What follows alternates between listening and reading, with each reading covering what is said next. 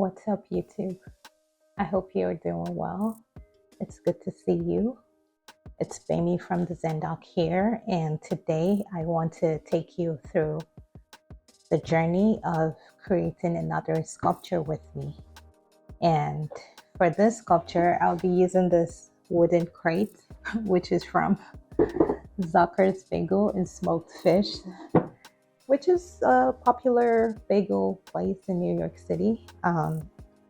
As an artist, I work with any material that I can get my hands on.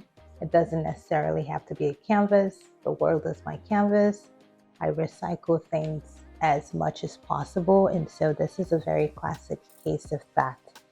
And it is structurally sound. It's pretty strong. So why not? Before we get into the video, if you haven't subscribed, I would truly appreciate your support. If you would just hit that subscribe button and turn on bell notifications so that you're always aware when I put out a new video. There's a lot of inspiration and tons of ideas that will be coming at you from this page, so why not? Thank you.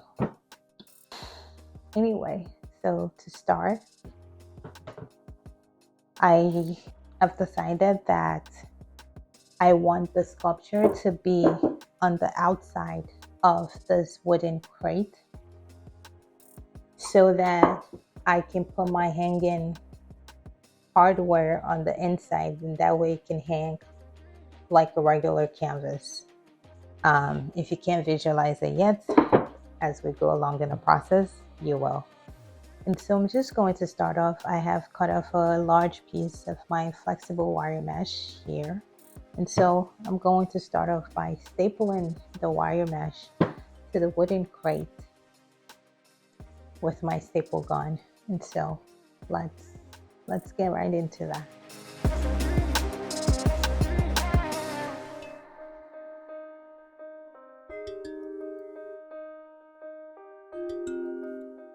I say this in almost every video, but do not be like me. If you're working with wire mesh, the edges are really sharp. So wear thick gloves. You're responsible for your own protection. To give me a starting point, I'm just going to go ahead and staple the wire to the wooden crate on, let's start with two sides. Usually I like to do two sides first, and then I'll figure out the shape of the sculpture and we'll go from there.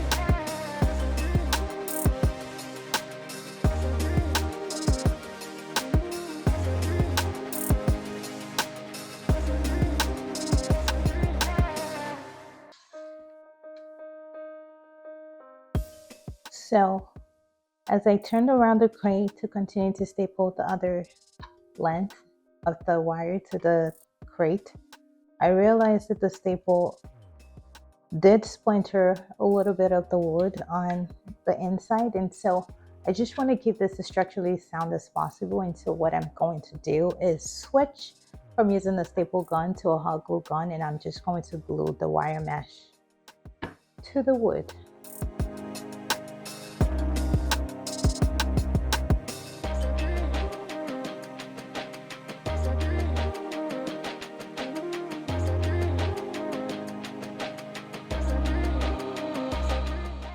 Now that I have the wire mesh glued or stapled to the crate on the two ends, what I'm going to do next is take some time to figure out what shape I want the sculpture to be, working with, the actual flexibility of the wire mesh. And once I have that figured out, I'm going to then glue these two ends to the crate as well, and use the hot glue gun to glue the wire mesh to the crate in a way that holds that shape that I have come up with. And so that's what I'm going to do next.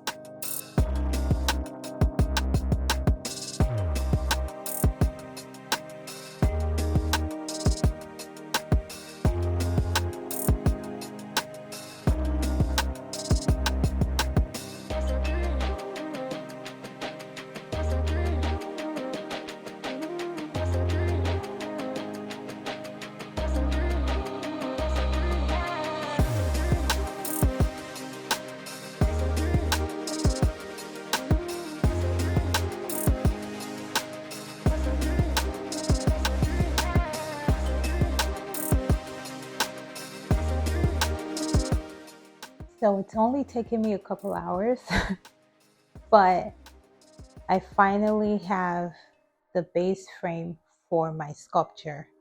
I am happy with the shape. I can't wait to see it come alive. And the next step is to completely cover this layer of wire mesh with my plaster bandages. And I do this one because the wire mesh is really, really flexible. If you start to put too much weight on it as is, it's going to bend, which could really change the shape, which is not what we're looking for. Two, if I try to put my joint compound mixture directly over this, it's going to be messy. The wire mesh is porous, it's going to fall through. It's not impossible, but it's just not ideal. And so my next step is to cover the wire mesh with a layer of plaster bandages. And I'm really just going to do that by cutting up strips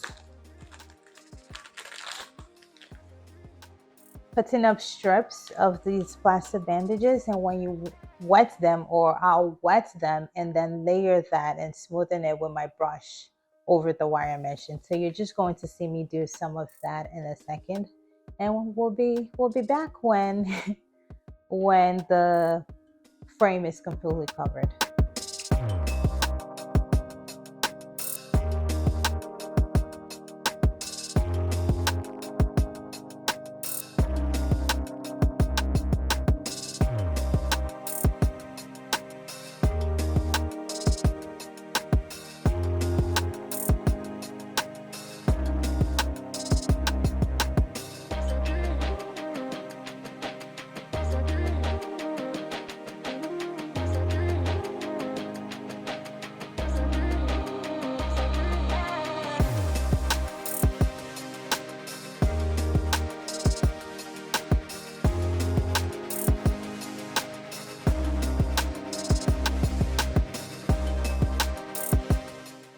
So it's been a few hours and I have covered most of this sculpture with plaster bandages, and I would need to turn it on the side or face down to be able to work on the other sides.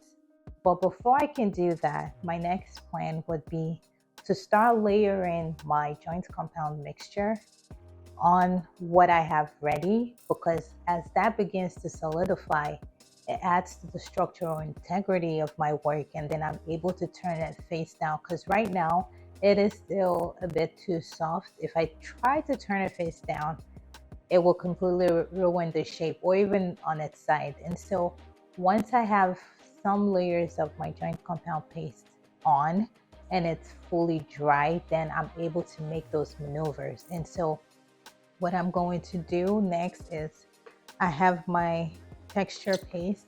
I am going to start layering that on, and I will share little bits and parts of that process with you, but it's mostly repetitive. And once I'm able to turn this over on its side, I will continue to do the same and add in, my plaster bandages wherever they might be needed.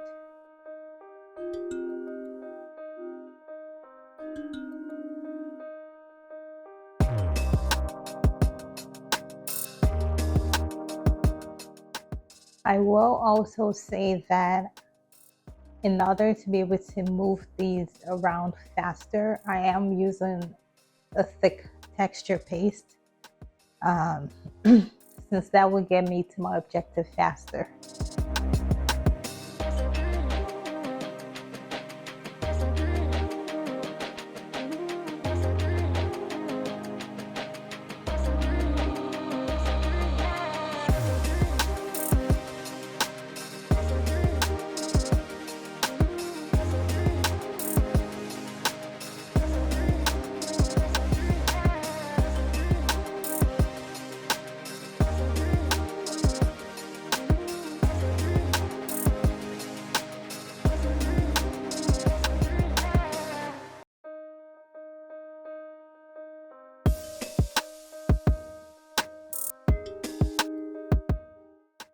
So I have been working on this piece for quite some time now, and I just thought I'd check in, give you an update on how things are going with the sculpting process.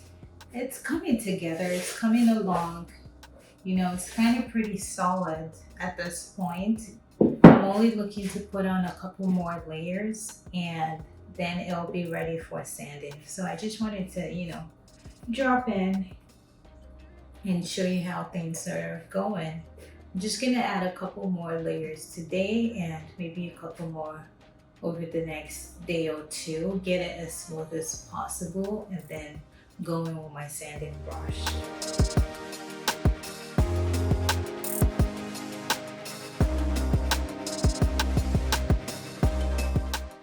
Sometimes I get questions like, how did you get your pieces to be as smooth as they look prior to sanding?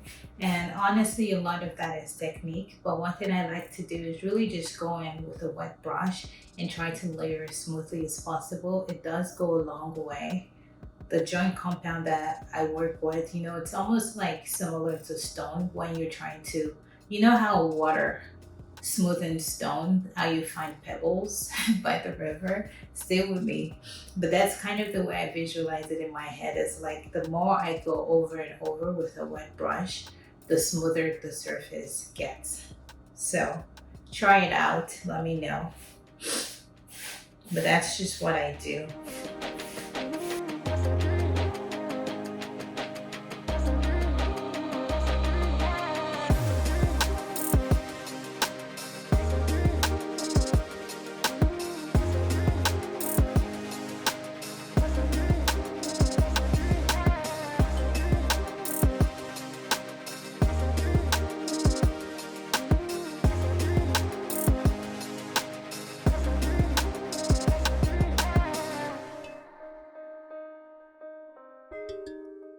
What's up, fam? Today is sanding day. I have been sculpting this piece for some time now, and I'm finally at the point where I'm happy with how it looks. We just need to get it to be as smooth as possible. I tried to smooth it as much as possible, but obviously we still need to sand some of the rough edges. Some of the rough edges will come off best with the use of a sandpaper, and so I've got my trusty sandpaper here, and I'm just going to pop on my mask because, again, when you're sanding, you need to be responsible for your own safety. You do not want to breathe in all of those microparticles or the dust, especially if you're doing this indoors. So always wear a respirator mask for this process. You don't want to skip out on that. But anyway, with that said, let's get to work, shall we?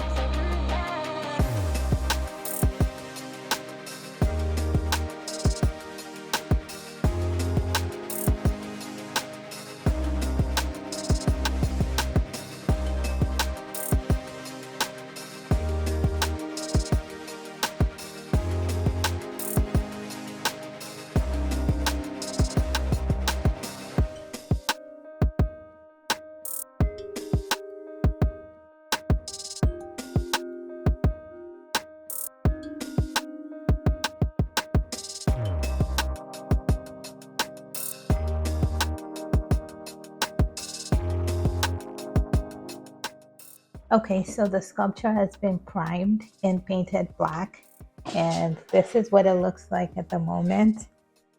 And right now it's ready for the very final step, which would be applying the liquid chrome ink. I'm excited. It's probably my favorite part of this process because then I really get to watch it come alive, and I can't wait to share more with you as well. So let's dive into it.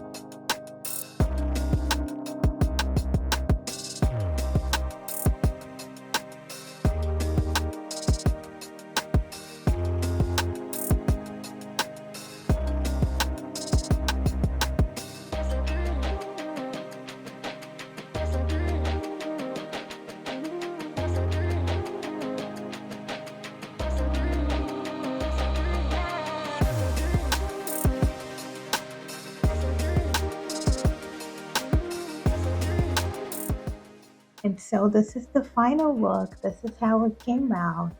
I really, really love the piece. I love that I was able to take, this crate that used to deliver bagels and give it a new story, give it a new life.